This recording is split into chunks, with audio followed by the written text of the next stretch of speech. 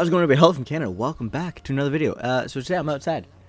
So similar to the product review, I feel it's just nicer outside, so why not be outside? So right now, I'm going to be going through a review of round 2 of the playoffs. Now, there were some things that shocked me. I won't deny that. But the main thing is how hard St. Louis, can't speak today, pushed Colorado. That was nuts. I figured Colorado was going to walk in there, and Nate McKinnon was just going to do his thing. He's going to go like he did to Lundqvist in the World Champs, just play with them a little bit, have them on a string, play them like a puppet, and then just walk all over them. No. St. Louis gave him a good run. They only got to 6 games still, and the Avalanche still currently are 8-2 in the playoffs. None of those games were super easy for Colorado. Like, Game 5, St. Louis won in OT. The final game, Game 6, when Colorado won, it was only 3-2. Like, what? So, that was one half of the Western Conference. And the other half is Connor McDavid. Connor McDavid, Leon Draisaitl.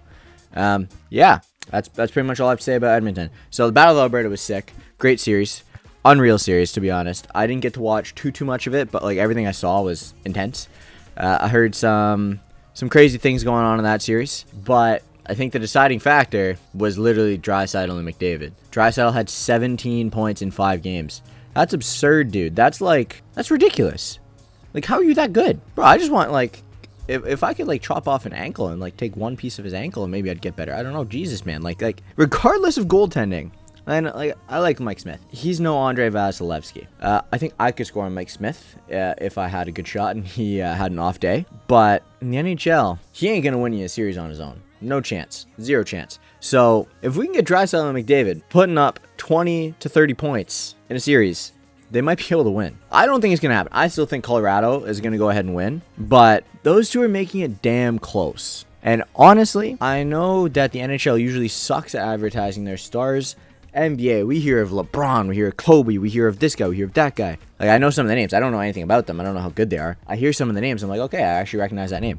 Hockey, like, if you talk to someone who doesn't watch hockey, you could say, oh, who's Connor McDavid? They'd be like, who? So, thank God the NHL is actually advertising something for once. So they're advertising McDavid versus McKinnon, and it makes sense. Who's going to be the better Mac? Is it going to be the MAC or MC? I don't know. We will see. I have honestly faith that it's going to be McKinnon and not McDavid, but I'd be happy with either. I think either of these teams are very, very strong, but let's get back to the East quick. If they're going to get through Tampa Bay, either one of them, their goalies need to step it up. And the main reason I'm going to say that is because of Vasilevsky. And I'm barely going to consider the other teams. Because the way Tampa's looking right now, I think they're just going to walk through to the final again. And honestly, I think that Tampa's going to three-peat. So, like I said, first video, in the NHL playoff predictions video that I made, I was like, oh yeah, the Leafs might win a series. And we came close. But we just could not hang and get there and win. So if we have lost to the eventual Stanley Cup champions, I'm not going to feel too bad. Tampa, playing against the Rangers, but honestly, big shocker to me. The Rangers just won last night. They won Game 7 against Carolina in decisive fashion. Now, Carolina, not always known as a goal-scoring team. They had 278 goals for on the regular season, which obviously is not top 5, but it's damn close. They're known for having great defense, but they know how to score. So the fact that they only put a few by, again, it comes down to goaltending. Shesterkin, I believe, right, on the Rangers versus Vasilevsky. This is going to be crazy. It's going to be a goaltending battle, but I can't give them too much credit, man. It's going to be Tampa. It's going to be Tampa walking through the final. They're going to play Colorado or Edmonton. Colorado or Edmonton absolutely can win if the goalies step it up and they just continue their play, especially Draisaitl and McDavid. If it's Edmonton that somehow makes it through. If they can put up, again, another 20 to 30 points in a series, they can get through and they can win. Second round went way different than I expected. But the second round was good. It was interesting. Again, I'm calling Tampa, Colorado get through. I think that's how it's going to be. Tampa, Colorado is going to make it through to the final. And it's going to be basically like another Muhammad Ali versus Joe Frazier sort of thing, where it's going to be trading blows back and forth. And we're going to see who comes out on top. So, Colorado, Edmonton, is it going to be the Mac or the Mick?